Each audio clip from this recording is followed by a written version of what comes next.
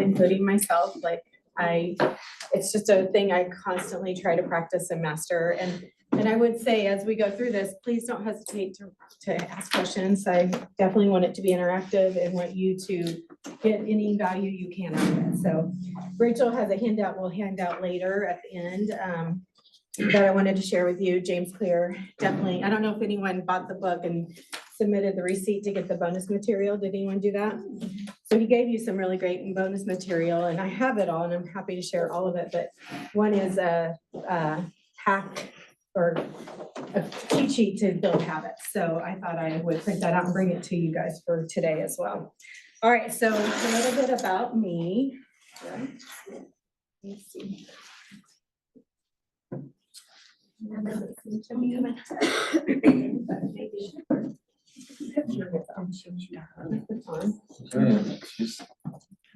Okay. All right, so a little bit about me. If you don't know me, I'm Melinda Love, and I work with Grady Real Estate, but I've been with Keller Williams going on 11 years. I was 2 years as the MCA, which is what Landon's role is now, and just loved that, taking care of the agents and helping them build their businesses. And then I left because I had an opportunity in my old field of business and left and regretted at the minute I left. So anyways, I met Adam a couple months later and ran into him, and he's like, "Are you happy?" And I'm like, "No, not really, but you gotta do what you gotta do." And I was doing what I had to do, like I had to do it. And he's like, come back and run my team. So that's where I've been for almost the last 9 years, and I love it. I've been married for 34 years. It'll be 35 this year, and to Bob, and I have 3 daughters and 6 grandkiddos and 1 on the way. So it's really part of the love of my life is my grandkiddos. That brings me joy every day, and that's what I do, and I want to impact their lives at a really high level. I think you never stop learning about yourself. You know, I think in the last 10 years, I would tell you, I've learned a lot about myself and really been aware of who I want to be and what I want to do. And once you get there, I think that's a really prime point to be in, is if you don't know what you want and who you are, it's really hard to go get what you want for your goals. So I'm going to talk a lot about that today for you guys, because to me, it's really important that you know who you are and what you want. But what I've learned over the last 10 years for myself is I truly do love helping people. My past work history was I was a food service director at Evangel University for 15 years and had been in food service for 20 total years. And I love that. I love helping people. I love serving people. Like, it truly brings me joy. And I think that is also a really great thing to have if you're in real estate. If you don't love people and you don't love serving people, it's going to be a really hard thing to do in real estate, because you are working with people in one of the most toughest times of their life, is buying a big asset or selling a big asset. And sometimes you're dealing with death, divorce, downsizing, and all the things. Like, those are the really tough moments of people's lives. So to me, if you don't love people, you know, real estate's definitely going to be hard. But knowing that about myself, like it's part of my core. Like, I just love people and I love helping people. I love staying busy. I definitely am not normal, and my kids say that I work too much, but I love it. Like, I enjoy it. It gives me, I don't know, it gives me purpose. And then I also love spending time with my grandkiddos, like seeing them grow up. You know, being a mom is really amazing, and seeing your kids grow up is truly a gift. But then seeing grandkiddos is just, I don't know, I can't explain it, but there's nothing quite like it. And seeing their eyes and seeing how you can make an impact on them, where, you know, my parents weren't around as much as I am with my kids, and my husband's parents weren't either. And so I just really want to make an impact on their lives. And knowing what I know now with financial awareness, building wealth, and all the things, I want to make sure they understand and learn those things. I wish I had known more about wealth building and financial awareness when I was younger. Like, I really wish that can totally change your trajectory. So like I said, I love what I do, and I love to build and grow things. Like, that definitely is a passion of mine. I don't know, that kind of makes me thrive as well. So, and then I think one of my gifts, or maybe it's a superpower, is I do see the positive and the potential in people. And I think that, getting to know people when I go through and hire and do KPAs, seeing their potential, like, it excites me because I can see all the things that they can do, and sometimes they can't see it. So I want to always make sure that they can see what I see. And I think that's, as you are a leader in your business and yourself, making sure that people can see their potential is vital to growth. So, all right. Last year, I want to kind of share a little bit about my story, which is what led me to want to teach this class. And I also had people wanting to know, how do you do all the things you do? And I'm not gonna lie, it's not easy. There's days I forget things, and there's times where I need to focus on specific tasks just to get those things done. But I would tell you, my journey in the last year was really epic for me.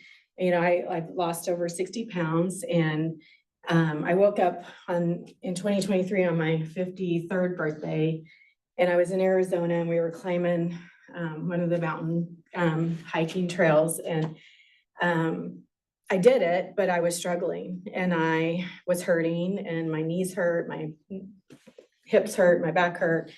And I'm like, I've been working out, and I've been trying to eat better, but I wasn't committed to it, right? I would do it, I would work out, but I was not all in. And I would hurt, and I would hate going to the gym. There's many days I honestly would say, I don't want to do this, walking into the gym. And then you don't give it your all either. So, well, at that moment, I don't know what happened, but I switched, and I just decided I am going to do this, and I'm going to be all in. I'm going to commit for a couple of reasons. One, I was tired of hurting. Two, it does, when you are where you don't want to be, you're not 100%, your focus isn't all there. I don't know, I felt like I wasn't giving it my all. And then also I want to be there for my grandkids. Like, I want to be a part of their lives as long as I possibly can, because I want to be that positive impact and show them what's possible in life. So anyways, I committed to it. I made my word for 2024 discipline. And I started working out, and I committed to 25 workouts a month. And, Adam and I talked about my goals before 2024 hit. And I said, I'm going to do at least 25 workouts a month, which is 300 workouts for the year. And I got going into it and doing it. And some days I would do 2 a days, and I was definitely hitting my 25 a month. And he's like, I think you can do more. And I'm like, and I just kept doing it. And I didn't agree to more, but I hit November 7th, I hit my 300th workout on November 7th. And he's like, I think you can do 360. And I'm like, you're right, I can. Like, there's no reason. And by that time, I knew what was possible for myself. Like, our mind lets us limit what is really possible for what we can hit.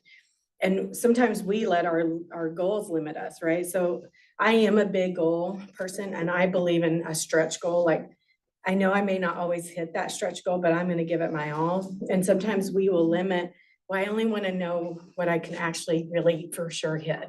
And so then we limit ourselves. So with that, I did hit 361 workouts. And I will tell you, in December, I got sick a couple of times, and I wasn't sure I was going to make it, but I did that last, I think 10 days, I did several 2 a days, and I hit it. And I don't know, I feel 10 years younger.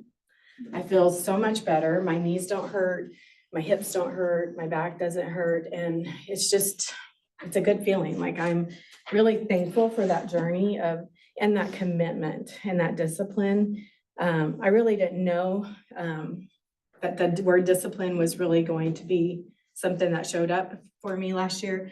And what I realize is there's times where we do have to put non-negotiables on our calendar. And, like today, I was hoping to get up at 5:30 and be at the gym at 6:15, because my normal workout time is noon typically.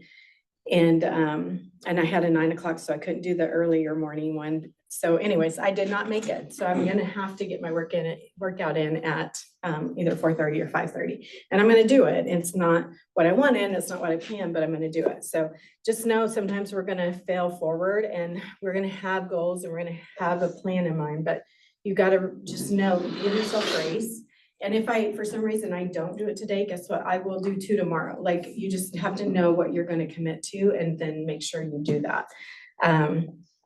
But the habit is more important than the goal. And that's what I wanted to really share with you all, is the habit is so more significant than the goal, because I did not expect to do 361 workouts. And if you had told me that I could do that, I would have told you were crazy. You were full of crap. There's no way I was going to do that many workouts. And I did. So you just have to know, you do have to get to know yourself and what you're willing to do. And then I do believe we've got to push ourselves, right? We've got to push to get to excellence, and we've got to push to get to the other side of what we want, what our passions are. And sometimes we don't want to. And I think that's where we get to know ourselves. Maybe that really isn't something we want. And that's okay. Like, if it's not, it's not.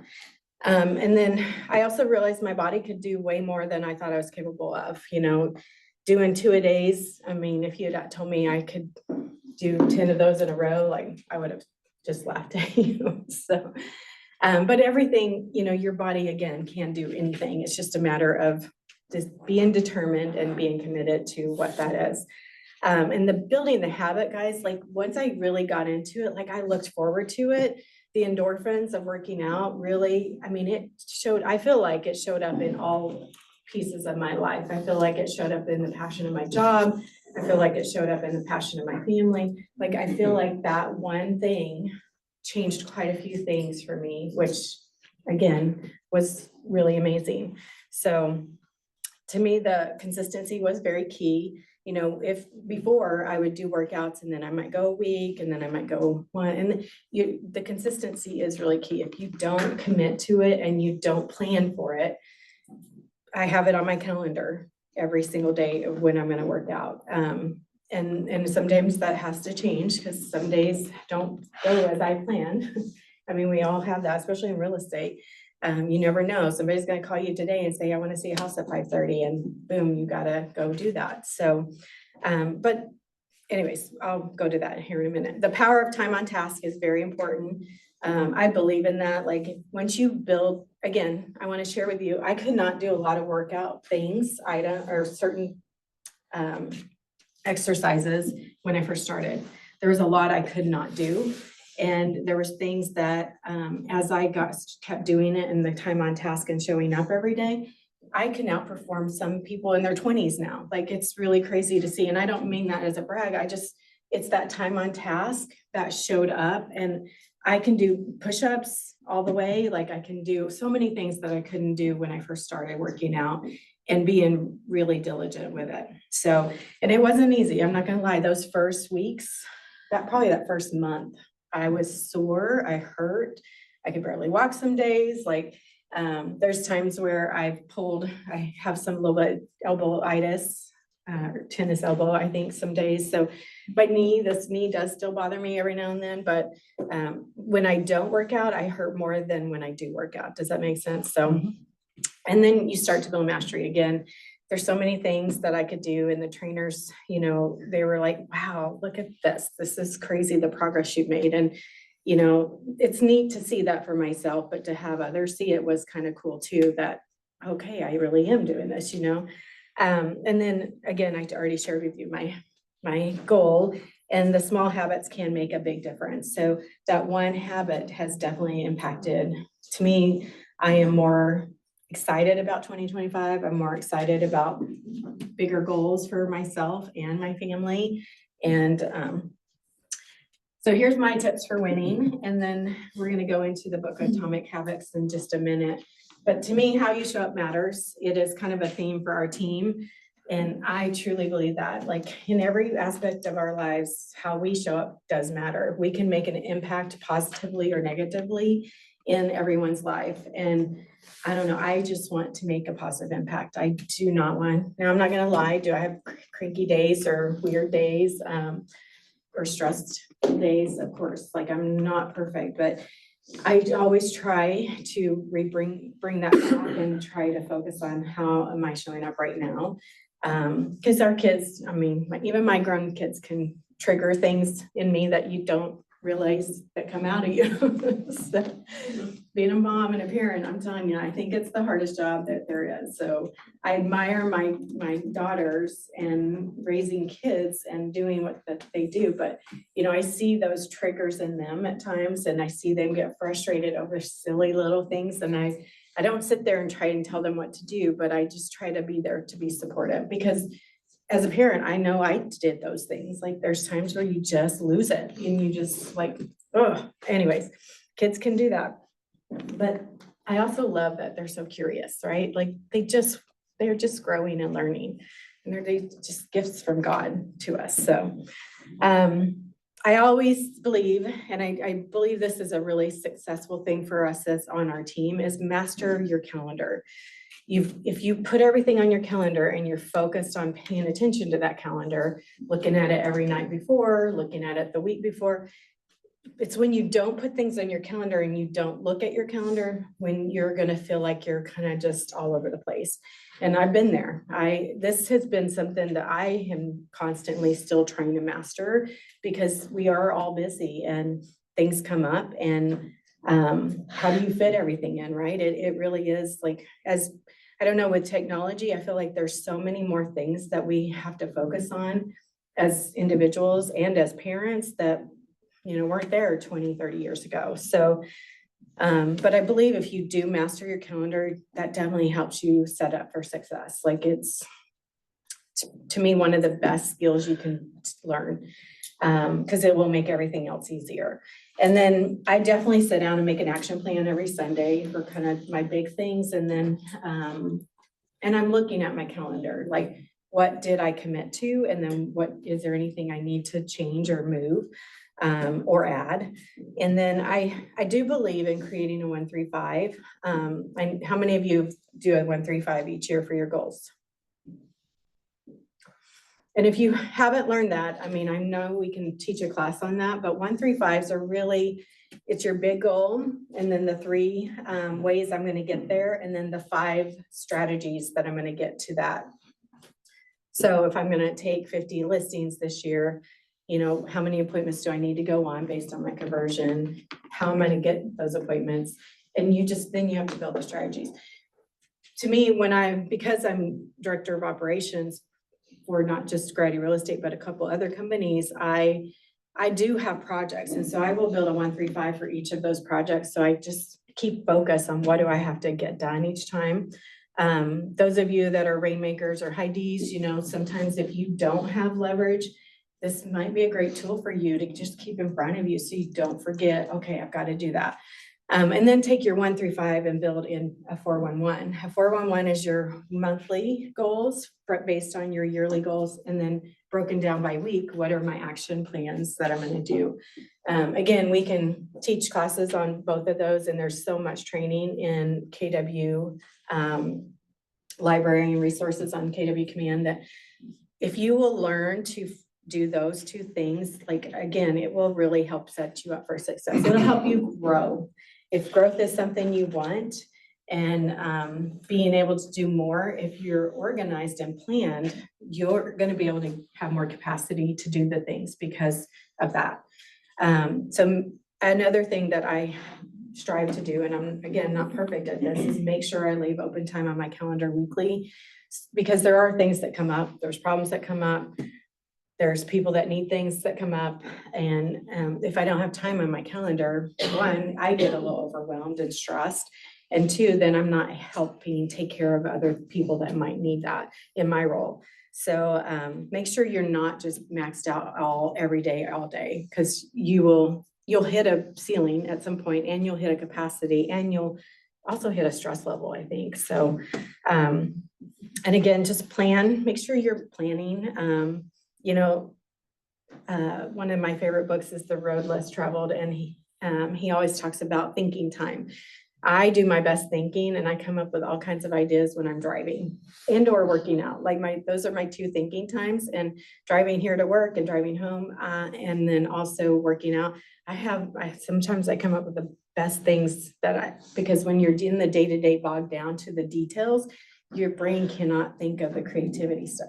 So you've got to make sure you have thinking time as you're building your business so that you can keep building those systems or processes or goals or projects that you need to do to move the business forward. And then you got to take action. Like, I know we all know that, but if you don't take action, it's kind of a dream if you're not taking action. I wanted to touch base on this. Again, self-awareness is so vital. And James Clear talks about that in Atomic Habits, is if you don't know who you are, how are you going to get others to follow you as a leader? But if you also don't know who you are, how are you going to know what you really want? And to me, when you have clarity of who you are, you know what you're willing to do and what you're not willing to do. And you also know, okay, this goal is reasonable or this goal is kind of a dreamland, right? And so just really making sure you get to know who you are. And again, I don't know, I really didn't hit that until I was in my 40s. So I don't know. I'm praying all of you that are way younger than me get that clarity way sooner. But you can do this by journaling or planning. If you don't like to journal, to me, I do a lot of mind maps or just on paper mapping things out. I don't journal a lot. Like it's just, I don't know. It's not something I've ever really, and again, that's a habit I could create for myself and make sure I do if I did it every day. It's just not something I currently do. I also think you should ask yourself, what is my potential? Because when you start to ask yourself questions, you will start to think of those answers. Like, what is your potential? What do you really want? Do you want to serve on a board? Do you want to help set up a scholarship fund? What do you want to do? What do you want to leave as your legacy? And then map that out. Like, even if it's something that you think is 10 years down the road, write it down. Because I can tell you the power of doing the big motivational interview when we're hiring people and mapping out some of those 3 to 5 year goals and even 1 year goals. There's power in that because we hired Claire. She was our first ISA back in 2018 or sorry, 2017. She was starting 2017 and she had in her 5 year goals to own a lake house and to make a certain amount of income. And we reached those in 3 years versus 5. And so make sure you write it down. If it's something you're passionate about, write it out, map it out, journal it, whatever you need to do, but don't just not put it down. Because I do believe if you write things down and you put them down and you keep it in front of you and you're re-looking at it, you do make your subconscious mind to go after those things. So I know there's probably a real word for that, but it's true. Like you will do those things to get to that goal without even realizing it. I'd also make sure you write down what holds you back, whether you journal that or ask yourself, because we all have it and we all have things that hold us back from reaching our full potential, but you should try to figure out what it is and know what that is. And every time that comes up, you're like, jump over it, just keep going. Because we all have that one thing that holds us back from hitting our full potential. So how can we just either jump over it or push it to the side? And a lot of times, as in my position, I deal with a lot of different things and people are like, how do you not let things bother you? And how do you get through that? This is what I do. I literally visualize when something's really bothering me or something's really stressful or something I heard was said about me or something. I just literally visualize rolling it on the back of my back. I'm letting it go. It's gone. And I don't think another thought about it. And what that works for me. Now, I don't know what works for you. So you have to figure out what works for you. But there's times where you're going to have to let things go and move on instead of, I believe you can dwell in something. And I tell my kids, you can sit in it for 24 hours, but then you have to keep going. And you have to know that about yourself. Like, we all have things that slap us in the face and hit us, and life hits us. And But we have to know, how am I gonna keep going? And sometimes it's just one foot in front of the other, literally. Like, sometimes that's all you can do is just get up and put one foot in front of the other. And then you have to figure out, how do I really keep going? And it's gonna be different for each of us. Like, we have to know that for ourselves. And I don't know, I think we're all gifted with certain abilities, skills, and characteristics that help us get through those tough moments in life. So just know what holds you back and know what your strength is with getting through that stuff. And then make sure you know that strength so you can rely on it when it's time. Definitely make a list of your goals. Like I said, if you don't write it down, it's not really a goal. And dream big. Like, again, you don't know what's possible until you really put your mind to it and you do the work. Know your strengths and weaknesses. And as you're building, if you're one that wants to build a team or build a business, you guys all have your strengths, right? Adam has his strengths. He's really good at a lot of things, but he does not want to hire people. He doesn't want to manage people. It's not his strength, and he doesn't want to do it. And so you have to know what your strength and weakness is. As you're building that team, you're going to try to find someone that's got a strength to your weakness, because they're going to help make you better. And they're going to push you and hopefully grow talent. Remember, talent does push. I do push Adam sometimes. Sometimes he pushes me, like it's a give and take, but just know what your strengths are. And as you build and grow your business, what pieces of leverage can you add to take care of the weaknesses? If you're strong at taking listings, then that's your strength. Like, you may not want to give that up. And if it's your money producing activity, that should be for sure what you should focus on. But the paperwork may be something someone else can do, right? And so sometimes we, as individuals, want to hold on to everything, right? Because we want to look good and look like we're the expert and look like we have to do it all. But in reality, we actually look good when we do what we're really good at. And then we allow others to help us look good in the things that they're really good at. So as you grow a team, and again, I don't know what everyone's goals are, but as you grow a team, you've got to sometimes let go of certain things, and just make sure you hire talent that's going to own that role and own that piece of whatever it is of the business, and then trust them, right? One thing that Adam and I both agree on is I want to hire talent for our team. I don't want to be micromanaged. I know he does not want to be micromanaged, and I don't want to micromanage anyone. Like, I want to hire talent that wants to be accountable, that wants to do and help us all grow and be the best. But if I have to micromanage you, first of all, I don't want to do that. And second of all, you and I are not probably going to get along very well. So I really find that most people don't last in our organization if they don't have a strong sense of accountability and being self-driven. So definitely look for what you're wanting out of people when you're hiring them. Know or map out your dreams. Like I said, read your DISC, your KPA, and your Strength Finder. If you really don't think you know what you want and who you are, because I do talk to people and I don't know what I want. I don't know really what I want to do. Like, I don't know what my goals should be. And that's okay. But what you should do is definitely read about yourself and look at what are your strengths and what are you really good at. And then that way it'll help you be able to map all that out. Does that make sense? Because to me, if you know yourself really well, to me, I think the KPA is one of the best assessments I've ever seen. I love it. Like, it's so good and accurate. Strengths Finder is also the Gallup test is so good too. It's really cool because it gives you not only your 5 strengths, but it also can give you can unlock the other, I think it's total of 42. And knowing those things about yourselves, and they all show up differently in each of us. Like, me and Claire both are rangers, but a ranger for her is a little bit different than a ranger for me. And that's okay. And, she says empathy is like one of her lowest ones, but I see empathy and it shows up in her ranger. Like, she has empathy. It just shows up differently in her strengths. So, and then self-leadership, I would definitely ask yourself, would you follow you?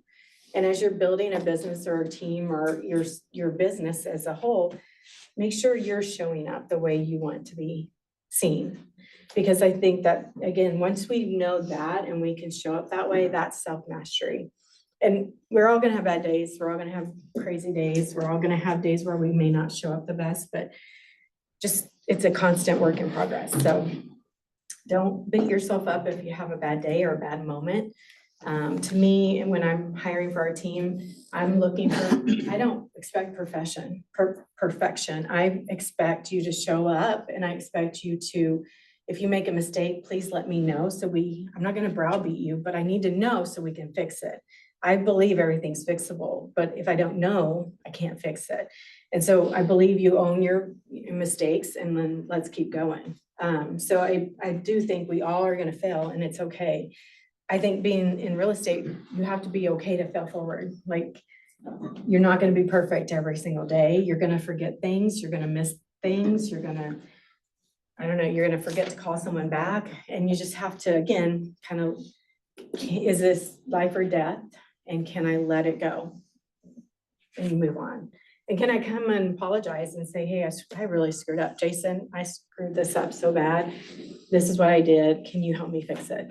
Because again, you guys got so much knowledge here at Keller Williams. There's somebody that can help you fix a problem. Like, and we all have those problems. Like in real estate, there's things that we see every day that, Adam's been in the business 20 years, and there's still things we see that we did not ever see before. And it's going to happen to you in real estate. Once I feel like you build that self-mastery, I believe that confidence comes. And when you're confident, you can express and be more passionate about what you think to the people you're saying it to. And especially if you're dealing with sellers or buyers, like knowing and being confident. And, I know Gary says this, and I truly believe this. If you don't know, don't make up some random answer. Don't just BS people. If you don't know, the difference between just any agent and a professional agent or an expert agent is knowing when I don't know, I'm going to find out the answer and I'm going to get back to you.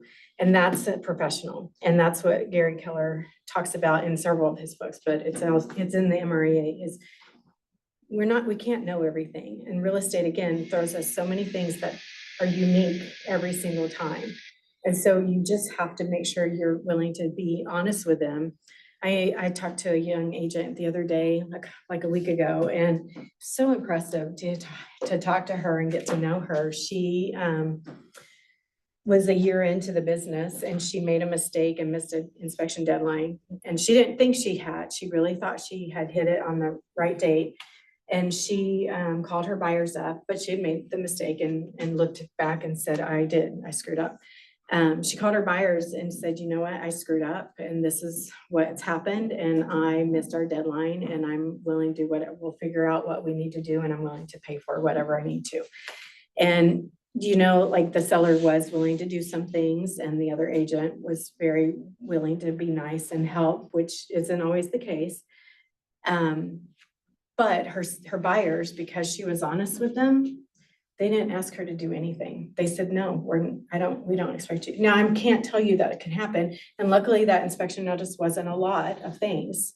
So, I would just say that her owning it made a big impact on the whole overall conclusion of what happened. And I thought that was really amazing. And I was really impressed that she even shared that with me, because sometimes you aren't willing to share your weaknesses to others when you're trying to be a part of that world. So I respected it.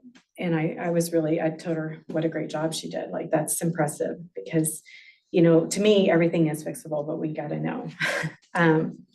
Okay. So being confident, you will share your passion. It will come out because you know what you know, and you know what you don't know, and you're going to go find the answer.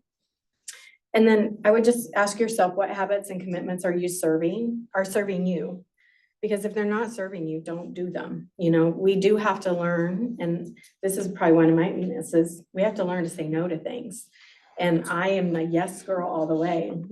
So saying no is not easy for me, but I have learned over the years what I have to say no to. And then again, I have to know what I'm committed to. And then again, knowing what you want, I think, is vital as you grow in your self-mastery. If you know what you want, you're going to make sure you focus that. It's going to be on your calendar. It's going to show up every single day or week in what you do. And I truly believe that, I'm going to be 55 this year. I believe we can change all the time and grow. So I think there's so much power in learning, and I get excited about growing because I don't care. To me, age is just a number, and I can do anything if I want, if I set my mind to it. So I love that Gary says the success is sequential, not simultaneously. And he talks about that in the one thing. And I mean, again, you're going to just put one foot in front of the other. You can't give up. Those days at the gym when I sucked and I was dying and I thought, gosh, I'm going to pass out here. I didn't give up. I just kept going. And the success at the end of it was way bigger than I ever could have imagined. Okay, so I wanted to kind of go into the book a little bit and just do a little bit overview. How many of you have read the Atomic Habits? Okay, a lot of you, great. It is a really great book, and James Clear is so talented, and some of the stories he shares throughout the book are so powerful. So to me, he talks about the goals versus the systems. But I'm going to go to the next slide, because to me, first you need to know who you want to become. And we can do that, and based on the book, he says we can do that in a couple different ways. One is we can change our habits and our outcomes. We can change our story, right? We can change the story that we are and what we want to be on that path. And then we can grow and study and change our identity that way as well. But he believes that you can have a goal, but the system is more powerful. And I really agree with him. What I've learned in the last year, like he's so right, he's so spot on. The system will outperform any goal that you could ever set for yourself. So you've just got to build a process and a system around whatever your goal that you're going for. And once you do that, then I believe it also becomes easier, because when you have a system, how many of you like systems and processes? And how many of you feel, go ahead. We may like them, but have difficulty forming them, if that makes sense. Well, and that is true. Some of us are really good at creating systems and building systems, and some of us are really strong at implementing and fine tuning. And that's part of the KPA, that question. I love that question is, are you best at creating and developing them, or are you better at implementing and fine tuning them? Because you usually aren't at both. Some people can do both, but usually you're one or the other. And so just know which one you are, because you may need to get someone else's system, tweak it a little for yourself, right? Because again, I think all of you know this, but I'm going to say it. Grady, our team will share any of our tools and systems with anyone. We know though that you, Blake, may do it differently than we would, right? So you're going to need to look at what we built, but you may need to tweak it for yourself. And then it's perfect for you and your team. And so just know, like, if you've got to look at it, does this work for me and for what I'm trying to build, and then tweak it and then implement it. But to me, the implementation is gold. Like, you have to implement it. And again, once you implement, like, we constantly tweak systems. You have to know that something isn't working, that there's a cog in the wheel, something's not rotating correctly. And so you have to be willing to change something in that, because something might need to change. And with the market changes, and we have to change and adapt to what the market's doing. So make sure whatever your system is for that habit that you're building, you're reevaluating it periodically to make sure, does this really work for me? And then make the change. I think what you said is so powerful. I think about, it's a silly commercial, but Jason and Kylie Kelsey, they're doing a cereal commercial lately. I don't know if y'all have seen it, but in the commercial, it shows that Kylie puts her milk in the bowl before she puts the cereal. And Jason is very much a cereal in the bowl before milk. And something simple like that, and silly as we laugh about it, or even how you make a peanut butter and jelly sandwich, it goes back to, you could have different systems, but the goal is still the same. They're still making the same bowl of cereal. And so as you go through and you talk, I think what you said was so valuable is like, we can come and we can learn all the systems from you, but it doesn't mean that that's going to be our way of operating. So we have to take the time to go back and self-reflect of how can we run this in our business so it still acts naturally for us. 100%.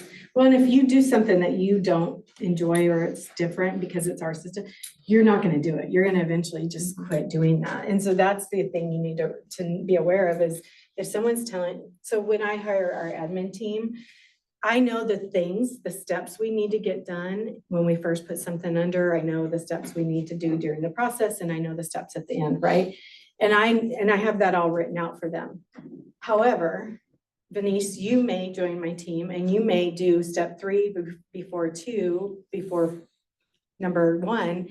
And I'm okay with that as long as we get these things done, right? So it's just a matter of getting steps 1 through 5 done in this amount of time. If you did number 5 first, like that's the way you do it, I don't care. Like I'm not gonna sit there and make you, because I don't have time to one, make sure they do everything. I just need them to do all these steps within this certain amount of time. And so I do believe our brains all do work differently, and the way I see things are not the way you see things. And so we have to allow people that freedom to put the milk in first or the cereal in first, because otherwise you're going to put them in kind of a almost stress because it's just not the way they see things. Does that? So I love that you pointed that out, because I do allow our admin, like, as long as you can get these things done and these things done, and at the end, these things done in this time frame, right? We have a 7-day email that goes out before our clients close.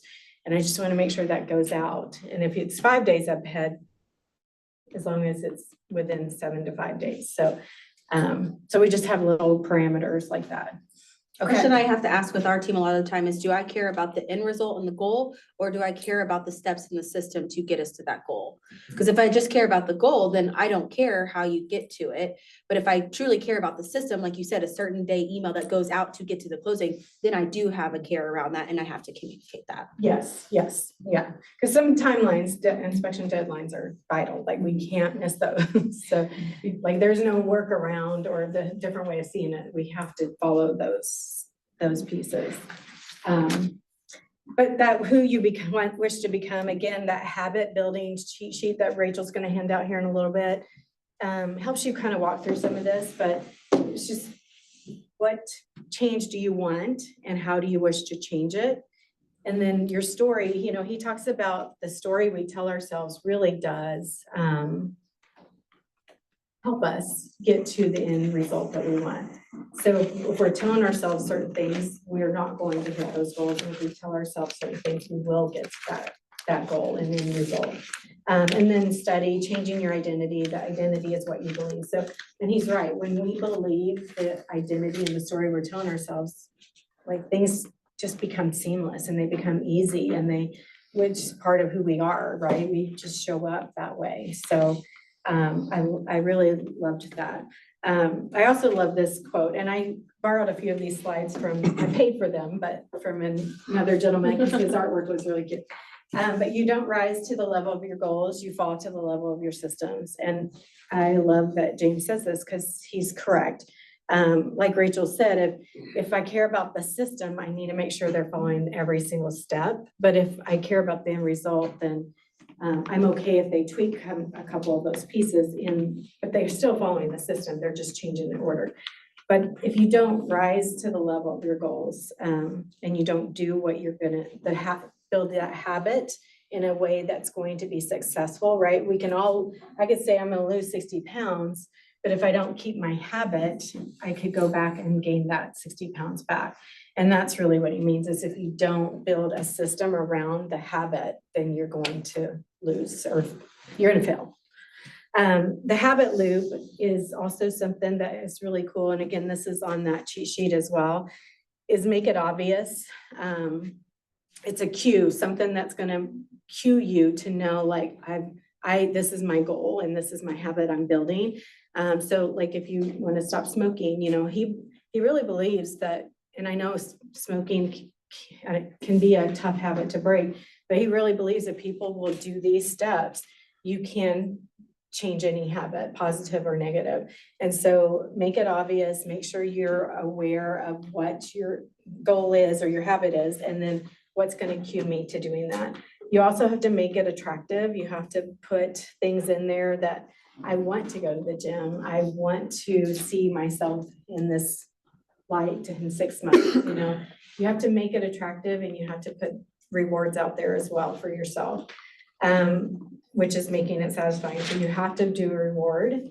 And when you make it attractive, you start to crave it, right? So, and then the responses make it easy. So once you build the habit and you build the system around the habit, I believe it really does become easy. But making it satisfying and building in a reward, chocolate is one of my weaknesses. I'm gonna tell you, it's probably the reason I was overweight and why I'm probably still not where I could be. However, I have not taken that away completely. I have gotten much better. Like, I don't even tell you what I used to eat for chocolate, but I will reward myself periodically, and not take it completely out of my life. Cause it's just, you can't, if it's part of who you are and you're going to, like, if I'd said I had to remove chocolate completely, I have felt it that many times, many times. And then it actually made me do the opposite. It actually made me eat it more. So trying to take something away that is to me a kind of a reward, actually did the opposite and actually got me to my highest weight before I started my journey. And so just make sure you are real with yourself, and be true to yourself, because I do enjoy chocolate. It does give me, I don't know, there's something about it. I like it. And so I just have to be careful on how much I consume of it. Okay, but Rachel's gonna hand these out here and whenever she's ready. But the habit cheat sheet talks really in detail about the make it obvious, make it attractive, make it satisfying, make it easy.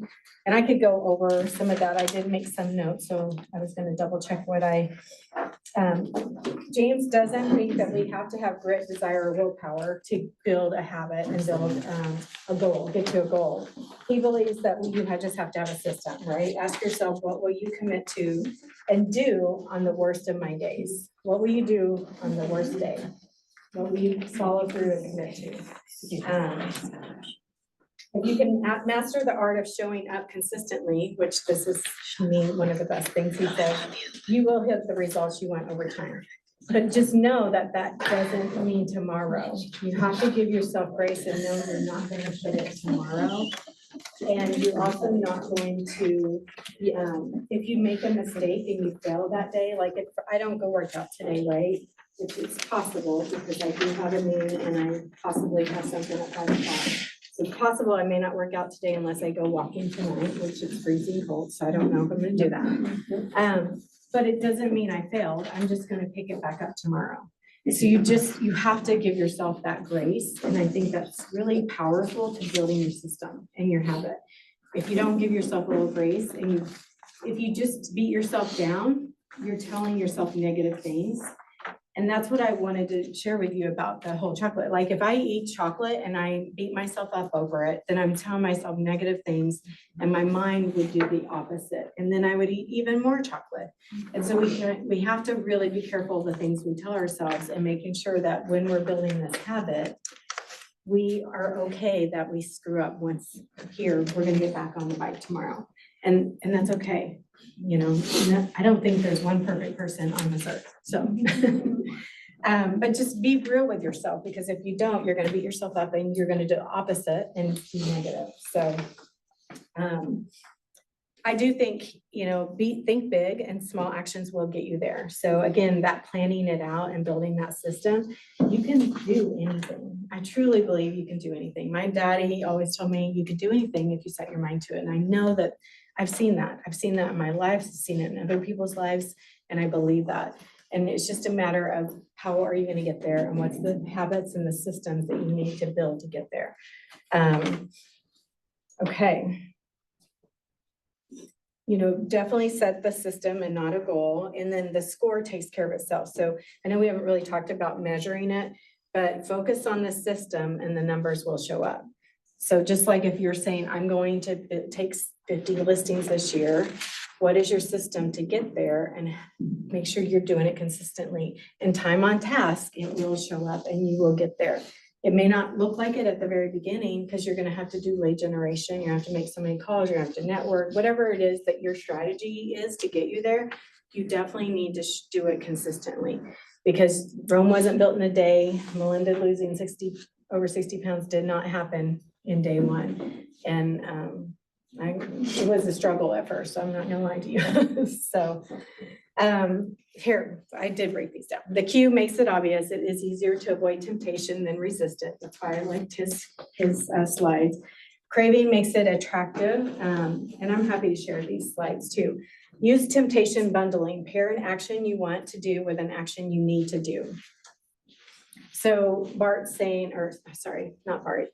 What's the Homer? Thank you. Homer is saying, I'm buying new shoes so I get motivated to jog every day. And his wife says, why don't you jog a week before you buy the shoes? And then he's like, okay, no excuses. And we all allow ourselves to excuse. Again, that what we tell ourselves in our brain is so powerful. So we just have to keep changing that story in our brain and tell ourselves, no. The number three response, make it easy, start small. Again, you can improvise a habit that you cannot improvise a habit that does not exist. Reading books, writing and journal. If you journaling is something you really want to do, journal, just sit down and do it for like one sentence if that's all it takes, or if that's all you can do.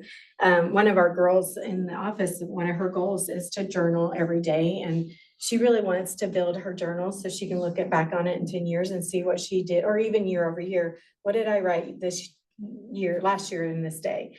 And I loved it. I thought that was really cool, but she's like, I don't even know what to write some days. I have no idea. And I said, just write, I don't know what to write today, or write, I said, just write what you did, or write, just ask yourself some questions, like, because then you'll start writing. And then once you do it over and over again, it'll come seamlessly. So I really thought that was cute. Her sister does that and she wanted to do it. And so it's part of her goals for this year.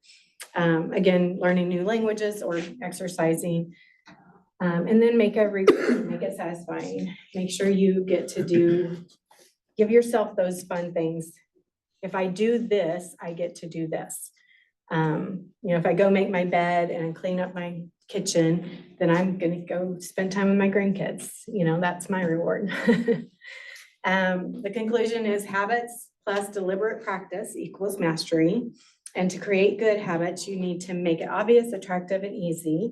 To break bad habits, you need to make it invisible. He talks about this in the book too. You need to make it invisible, unattractive, difficult, and unsatisfying. He talks about, like, if you don't want to go home and watch TV every day because that's a bad habit you've created, and you sit there for 3 hours versus doing something else that is more productive or hitting your goals, right? Go hide the TV in a separate room, unplug it, like get it so hard to where you can't it's not just flipping on the remote. So you have to make it unattractive and difficult to get away from a bad habit. Has anybody broke a bad habit that you're really proud of? I used to chew a can of Copenhagen a day for a long time. And I've not had nicotine in, I don't know, maybe 5 years or so. How did you break it? That's really awesome. Stopped doing it. You just stopped? Cold turkey, It was yeah. cold turkey. Yeah. It's the same exact way. Yeah. Just not, That's yeah. good. There's people that can't can even do smell cold it turkey, anymore. but It smells sometimes that's nasty. hard. Great, congratulations. You probably saved yourself. Yeah, and my retirement account too. Okay, and then I wanted to make sure and ask you guys this question. Do you know what your dollar producing hour is? Dollar producing hour is? Get that word out, right? Does anybody know what they make per hour or what they're worth per hour? Drew, I bet you do. No, No. we'll go into that one. Well, and I want you guys to think about this, and I really want, especially if you're gonna start to grow and build a team, you need to know what your dollar producing hour is versus as you add people into your world, what theirs is, and why it's important to know this. So if you take, let's say, Holly, I don't know, you can make up a number. Let's say you made $300,000 last year. And that was gross. I'm just putting a number out. Then you divide that by 2,080 hours, which is the normal number of hours people work, or if you can track your actual hours that you work in the business, you could use that number.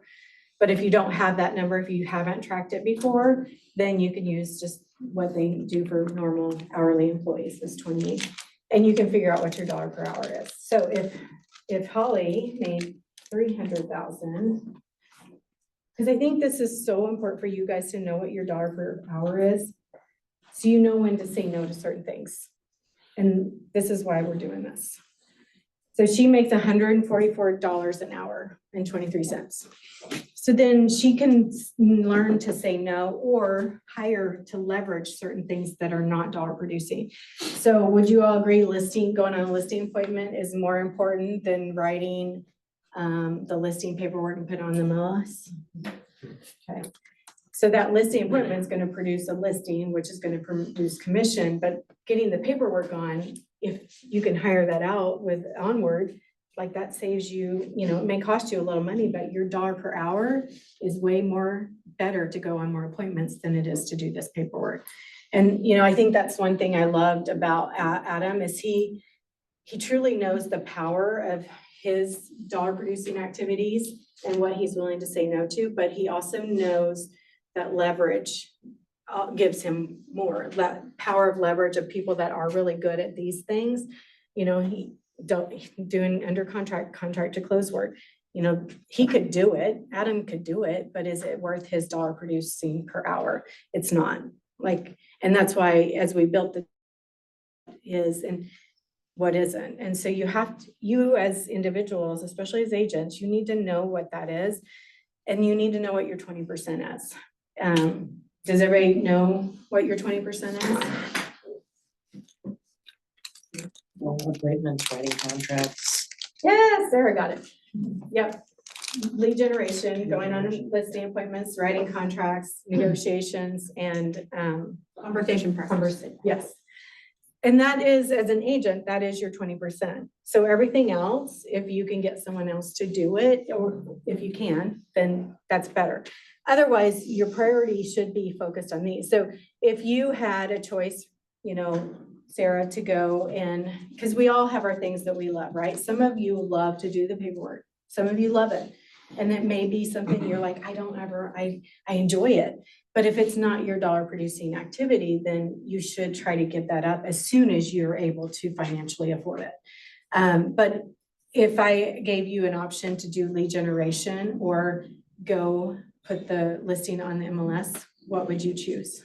Lead generation, Yes, because that's more dollar where I make producing. money. Yes. All right. So I know you guys probably already know this, but I do think you should know what your dollar per hour is, and then it'll help you know what to say no to, right? Because we all can, again, get inundated. We can be asked to be on a board. We can ask to be a volunteer. And I would just question yourself, is that a dollar producing activity? And if it's not, you may not be able to do it at this time as you're building a business. If it's networking and you're able to become a lead generation source for you, then it's definitely worth it. So you just have to think about, can I make this a lead generation source for me and really focus and dive into it and really build those relationships? Or should I focus on this? And then I wanted to also show, and he talks about this in the book too, James does, your habits and how they compound. And they do compound positive or negatively. So, positive compounding is productivity compounds, knowledge compounds, and relationships compound. The more we invest in those three buckets, you see the fruit, right? You see the growth, you see the relationships, you see things happen. When you're productive, you see things happen. When you're negative compounding, and this sometimes can be the voice in our head, it's stress, it gives you negative thoughts and outrage. So you just have to be aware of what is giving, I'm an all positive girl. Like I don't even like to see the negative in anything.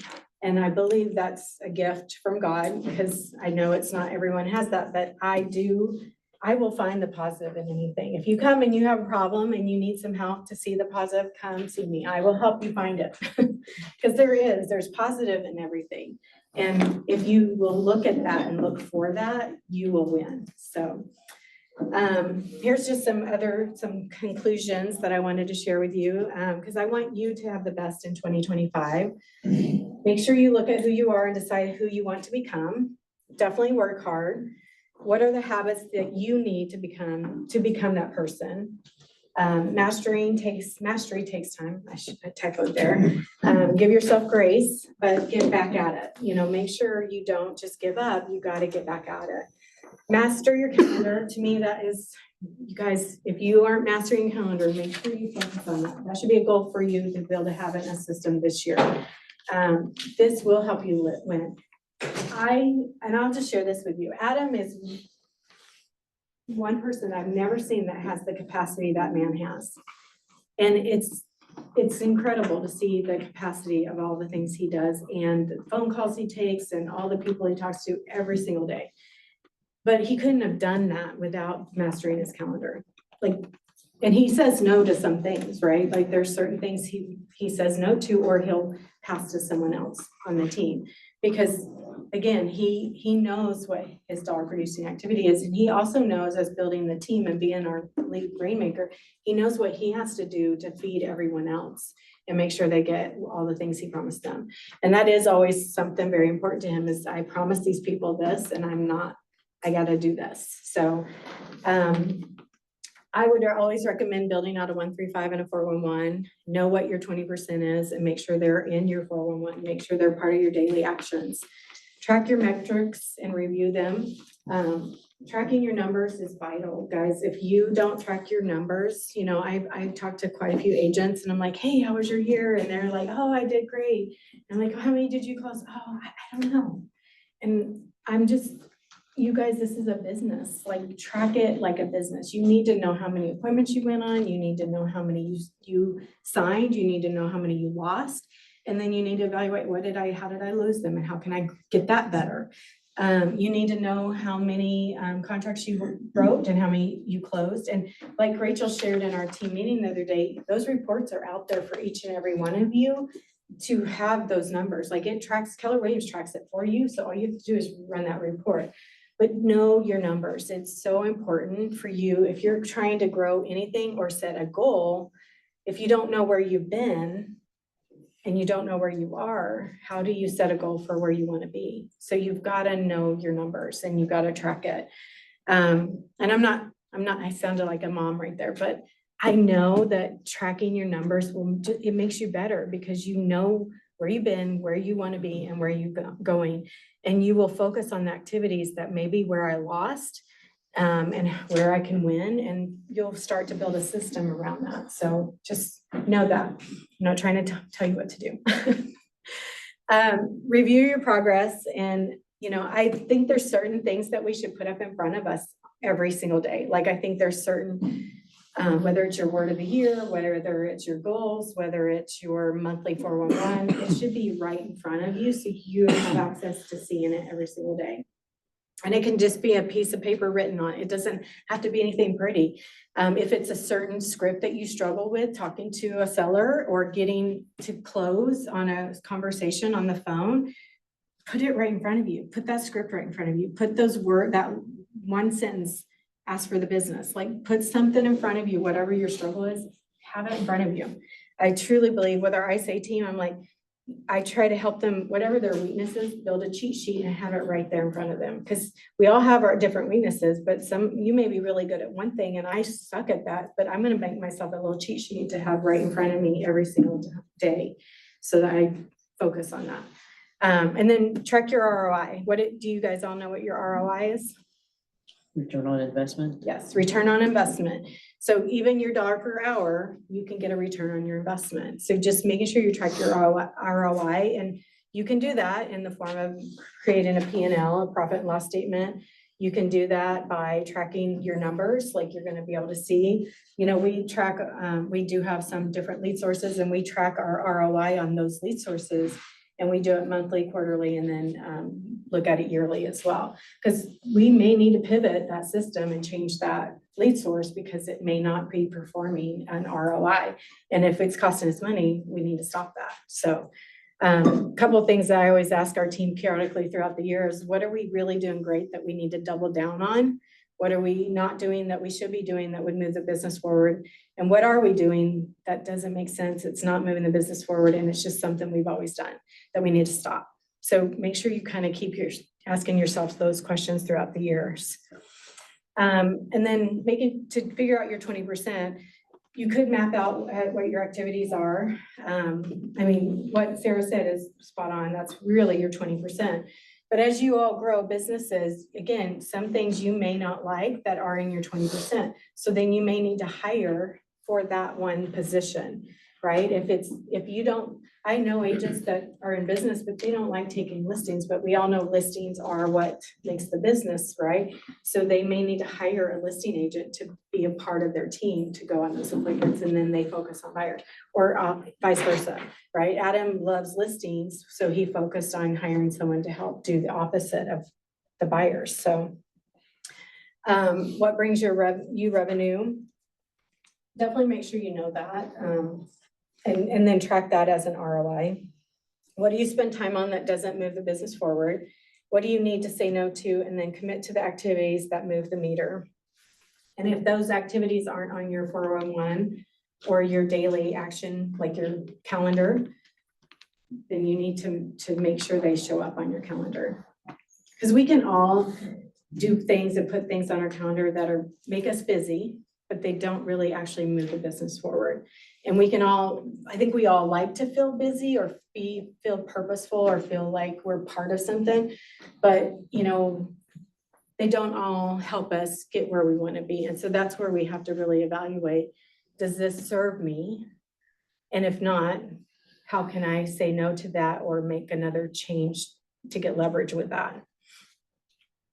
All right, that is my class. So this is something else he put in Atomic Habits, and I loved it. So I wanted to put on why habits are the compound interest of self-improvement. To me, if you build those habits, they do compound interest because you are able to make more money because you're doing a habit that seems super easy and flows. And then you're able to add another habit, and you start winning. I do think Adam is able to do what he does because he has built really great habits and he is very systematic. Like he goes and does his workout every morning, right? There's certain things that are non-negotiables for him that he won't not do. And so you have to figure out what your non-negotiables are to make sure that they show up on your calendar, but also then he goes home and he lead gens for 2 hours. He never has stopped lead genning. Even as a rainmaker, he still does his lead gen, and he does it. And then he passes it to the ISA to get on the calendar and all those things. But it's, again, he needs to make sure that he can feed everyone that he hired that he made a promise to. So there you go. Thank you, guys. All right, do you guys have any questions before?